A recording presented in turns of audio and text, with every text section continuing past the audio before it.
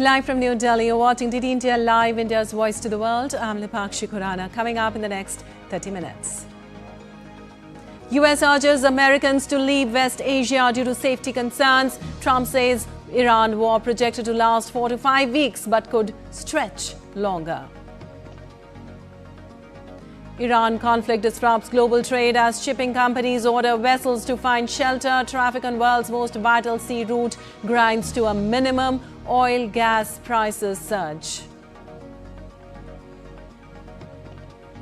Prime Minister Narendra Modi stresses on building more, producing more and connecting more in rapidly changing global supply chain scenario, addresses the second post-budget webinar. And today, the sky will host a spectacular celestial show as full moon will slip into Earth's darkest shadow during a total lunar eclipse and create a stunning blood moon.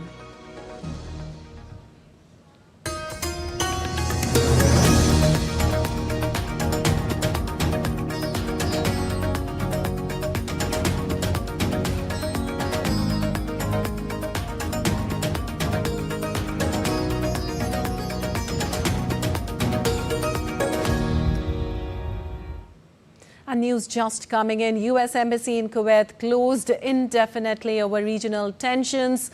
Due to ongoing regional tensions, the U.S. Embassy in Kuwait has cancelled all appointments for U.S. visas and American citizen services until further notice. Now, the embassy said it will communicate when the embassy returns to normal operations, as well as information on how U.S. citizens may request emergency passports for travel if needed. The U.S. Embassy in Kuwait has instructed staff to continue to shelter in place.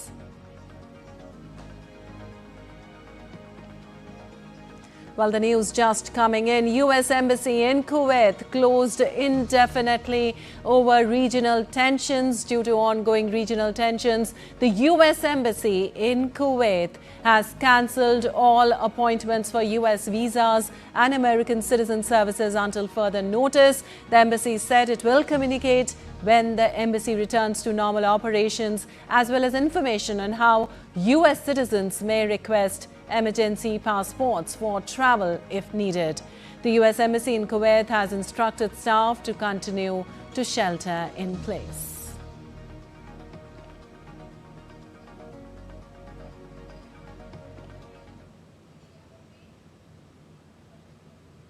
Well, earlier, the U.S. State Department urged Americans in more than a dozen countries in the West Asia to depart now via commercial transportation due to serious safety risk as the war against Iran nears its fourth day.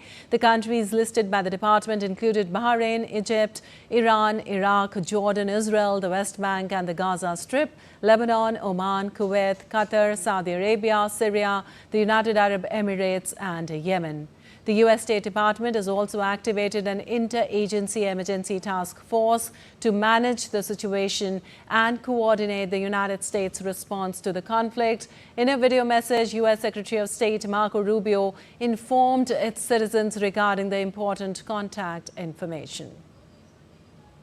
We also encourage Americans abroad to follow our security updates for U.S. citizens channel on WhatsApp and follow @TravelGov on social media as well. The latest alerts are also available on travel.state.gov.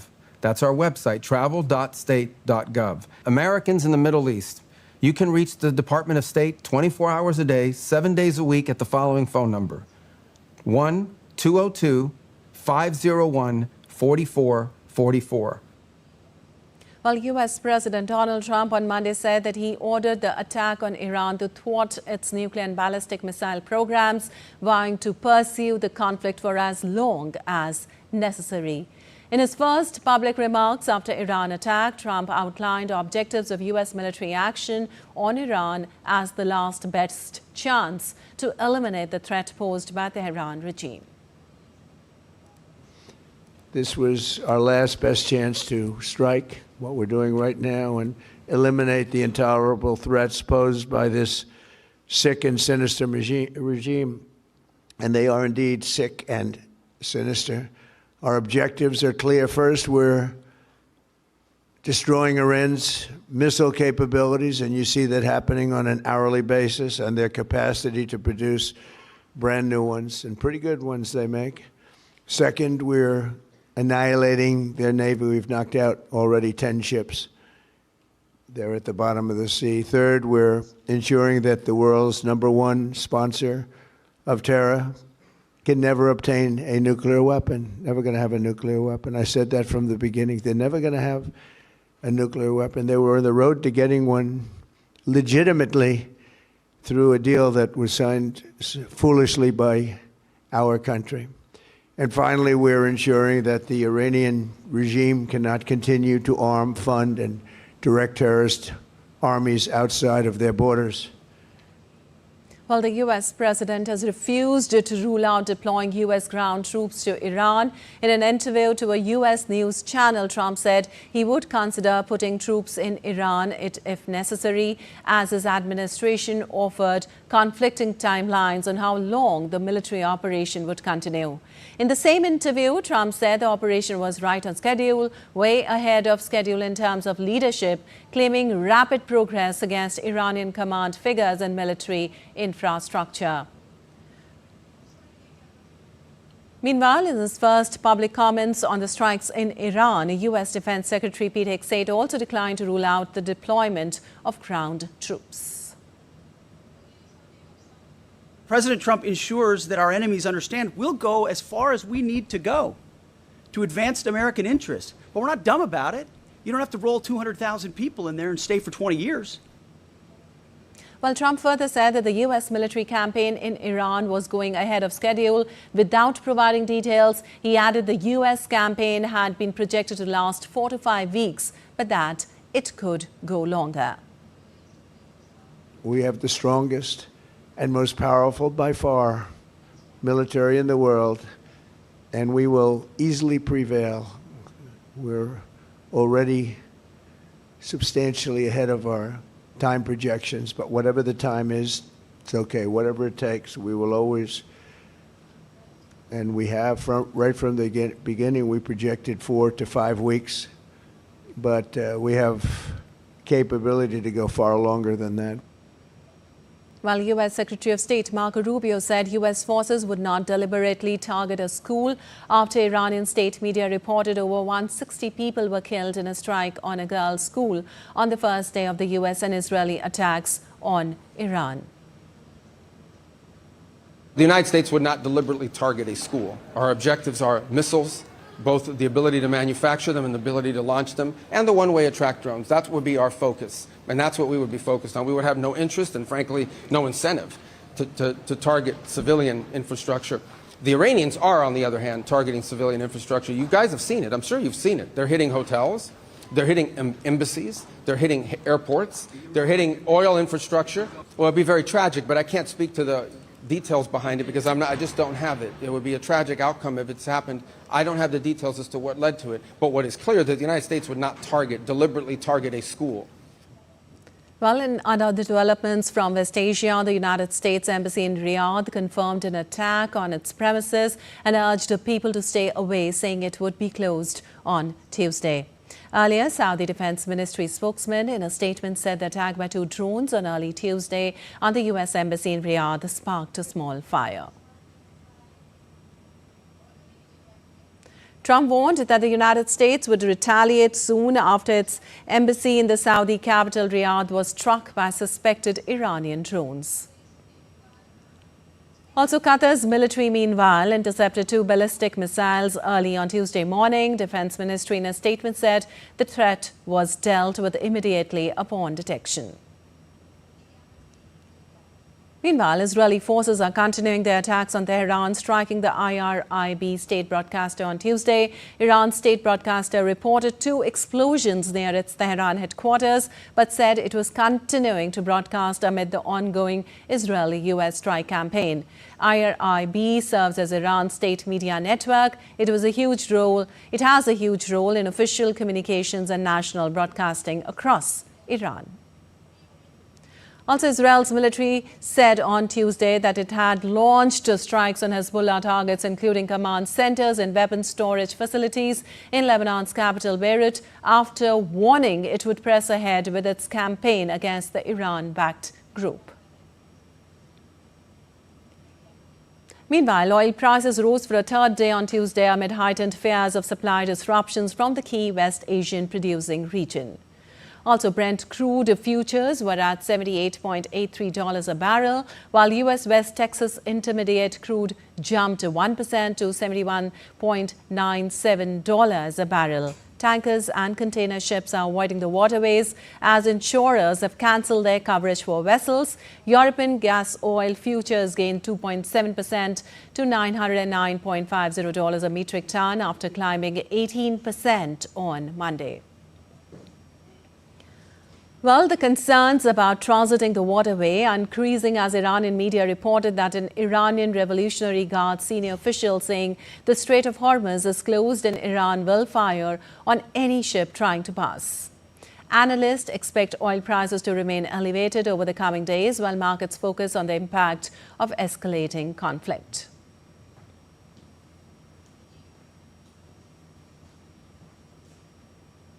Also, with few captains willing to brave the Strait of Hormuz as war rages around the Gulf, companies will have to do business without one of the world's most vital shipping lanes, especially for oil and gas. Now, what is the Strait's importance to world markets? The Strait is especially key to the world energy markets, with around 20% of global seaborne oil passing through it. Strait is also essential to all regional trade as it allows access to Dubai's Jebel Ali port. Jebel Ali is the world's 10th largest container port and a redistribution hub for more than a dozen countries in the region. The Strait of Hormuz has always been open for business, even during the Iran-Iraq war between 1980 and 1988. Commercial passage was maintained despite attacks on oil tankers. World's largest shipping firms have ordered their ships to find shelter and stay safe. Germany ships cars, machinery and industrial products via the strait, which France mainly sells cereals and agricultural products, cosmetics, luxury goods and pharmaceuticals. Italy, meanwhile, exports food, large quantities of marble and ceramics. Several online shopping platforms have warned their clients that delivery times may increase. Freight costs are already rising as a result of the additional charges shipping companies are imposing for transit in the region. Meanwhile, India has issued advisories to Indian vessels over situation in the Persian Gulf, Strait of Hormuz and Gulf of Oman. In the advisory, Directorate General of Shipping has said that it is closely monitoring the evolving maritime security situation. The Directorate has activated enhanced monitoring and security oversight, including ensuring maritime security and crew safety, real-time tracking of Indian-flagged vessels, with increased reporting frequency and 24/7 monitoring through the Maritime Monitoring and Data Analysis Center, DGCOM Center. Mandatory reporting protocols have been prescribed for vessels, owners and managers, and close coordination is being maintained with the Indian Navy, Ministry of External Affairs, IFC, IOR, MRCC and Indian missions. Also, the shipping companies have been advised to exercise due caution in crew deployment and to maintain regular communication with seafarers and their families. The Government of India remains fully committed to safeguarding the interest of Indian seafarers, merchant shipping and ensuring the security and resilience of India's maritime operations during this period of heightened regional tensions.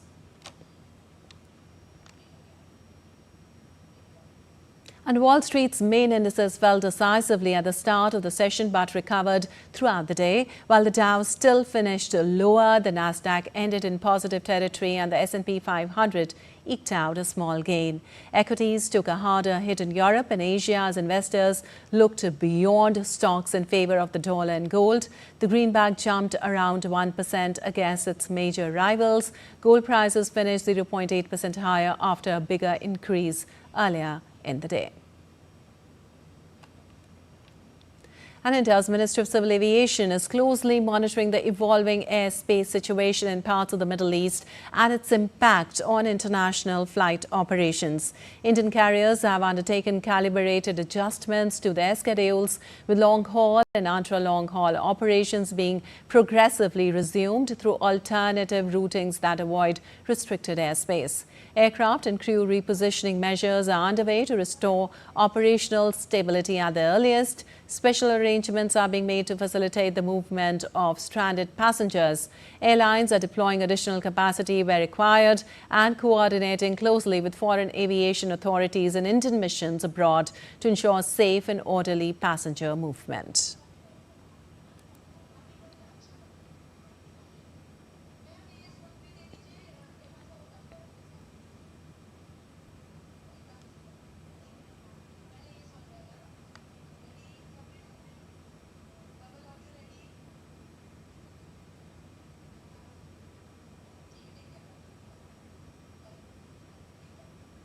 And still to come in this edition of DD India Live. Nepal enforces silence period ahead of 5th of March parliamentary vote. Indian Railways runs special trains to ease Holi travel rush. And on World Wildlife Day, India reaffirms commitment to biodiversity with stronger conservation efforts for a sustainable future.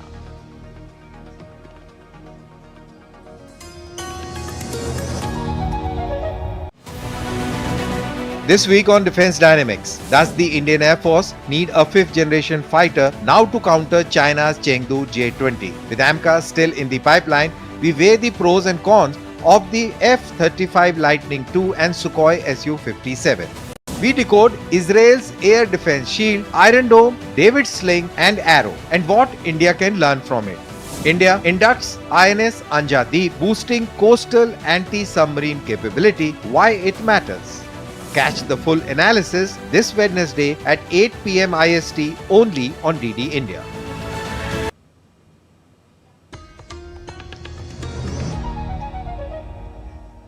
Welcome back. You're watching DD India Live. I'm Lipakshi Khurana, and moving on. Prime Minister Narendra Modi today addressed the post-budget webinar on the theme sustaining and strengthening economic growth via video conferencing. The post-budget webinar highlighted the forward-looking reform push to expand industrial scale, deepen technological leadership and strengthen the foundations of critical sectors. In his address, Prime Minister said that country's direction is clear, that is to build more, produce more, connect more, and now the need is to export more. इस webinar की theme देश की economic growth को निरंतर मजबूती देने से जुड़ी हुई है। आज जब भारत अपनी मजबूत इकोनॉमी से पूरे विश्व की उम्मीद बना हुआ है, आज जब ग्लोबल सप्लाई चेन रीशेप हो रही है, तब अर्थव्यवस्था की तेज प्रगति विकसित भारत का भी बहुत बड़ा आधार है। हमारी दिशा स्पष्ट है, हमारा संकल्प स्पष्ट है। Build more, produce more, connect मोर, और अब जरूरत है export more. Prime Minister also said that while manufacturing a product, the focus should be on meeting highest global standards. Prime Minister also stressed that there should be more investment in research. Bharat के पास यह अवसर है कि वह इस भूमिका को मजबूती से निभाएं। इसके लिए आप सभी स्टेक होल्डर्स को बहुत आत्मविश्वास के साथ निवेश करना होगा। नई टेक्नोलॉजी अपनानी होगी और रिसर्च में जो कंजूसी करते हैं ना, वो जमाना चला गया। अब हमें रिसर्च में बड़ा इन्वेस्टमेंट करना होगा और ग्लोबल स्टैंडर्ड्स के अनुरूप क्वालिटी भी सुनिश्चित करनी होगी। Well, Prime Minister Narendra Modi has crossed the significant milestone of 30 million subscribers on YouTube, further cementing his position as the most followed world leader on the platform. Among the world leaders, Prime Minister Modi has the highest number of subscribers on YouTube.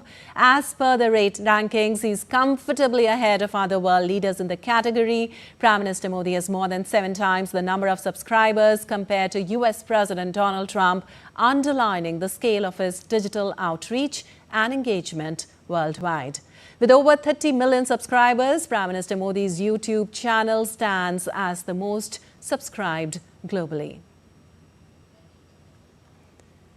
Also, Indian Railways has ensured that passengers across the country are able to travel home for the Holi festival with ease and comfort through meticulous planning and coordinated execution across all railway zones. In the last 5 days, around 14 lakh passengers have travelled from the Delhi area. Based on continuous monitoring of passenger rush at major stations, South Central Railway has announced the operation of 195 special trains from the last week of February through March to cater to increased demand. Amid the heightened travel demand during the Holi festive period, Western Railway recorded a total of 23 lakh passengers over 3 days. These special services are connecting major cities, state capitals and important regional centres across the country, ensuring confirmed accommodation for passengers and significantly reducing congestion on regular trains.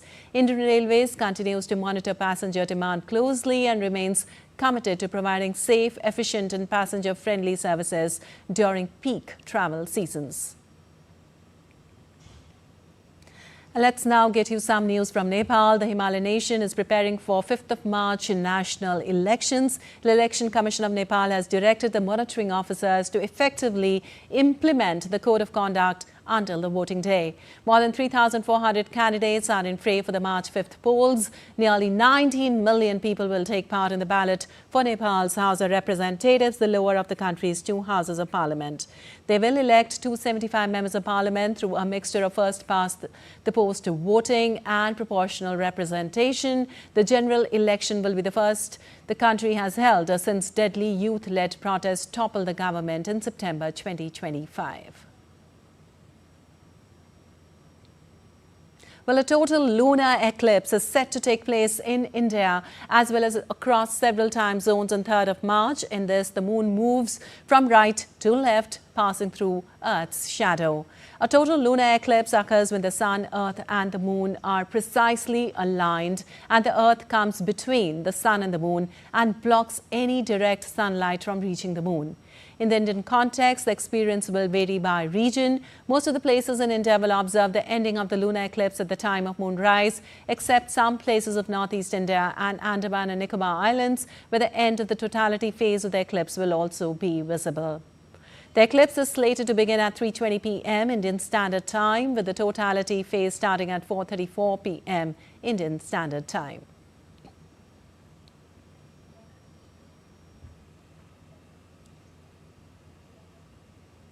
Well, March 3rd is the World Wildlife Day, celebrating our planet's rich biodiversity. India continues strengthening wildlife protection through focused conservation efforts, ensuring sustainable ecosystems and securing nature for the future generations. DD India's Tapas Bhattacharya has this report. 3rd March marks World Wildlife Day, a celebration of our planet's extraordinary biodiversity and a reminder of our shared responsibility to protect it. This year's theme, Medicinal and Aromatic Plants, Conserving Health, Heritage and Livelihoods, highlights how nature sustains human health, cultural traditions and local economies, while facing growing threats from habitat loss, over-harvesting and climate change. India, one of the world's most biodiverse nations, continues to lead from the front. From the majestic Asiatic lions of Gir National Park to its vast forest and river ecosystem, conservation remains a national priority.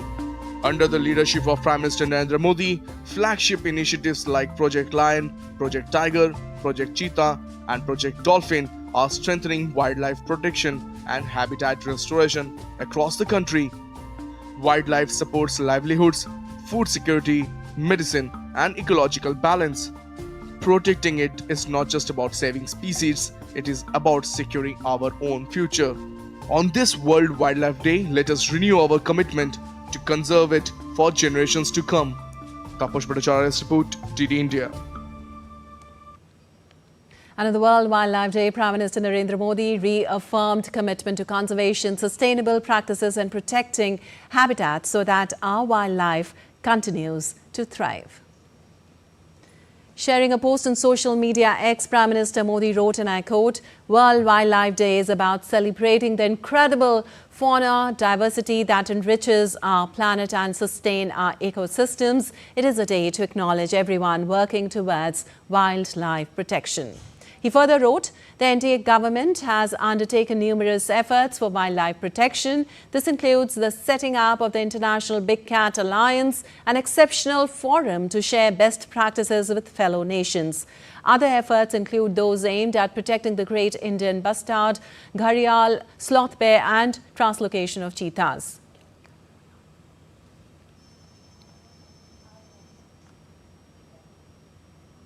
All right, that's all for this edition of DD India Live, but let us know your thoughts on the news of the day. For those on the go, you can get all the latest news and updates from India and across the world on the DD India mobile app. The app is available on both Android and iOS platforms. Scan the QR code on the screen to download now.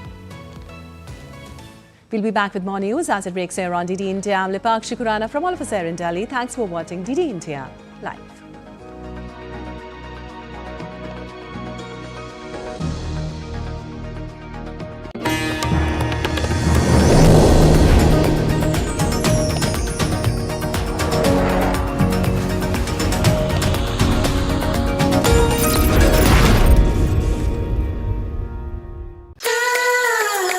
The land of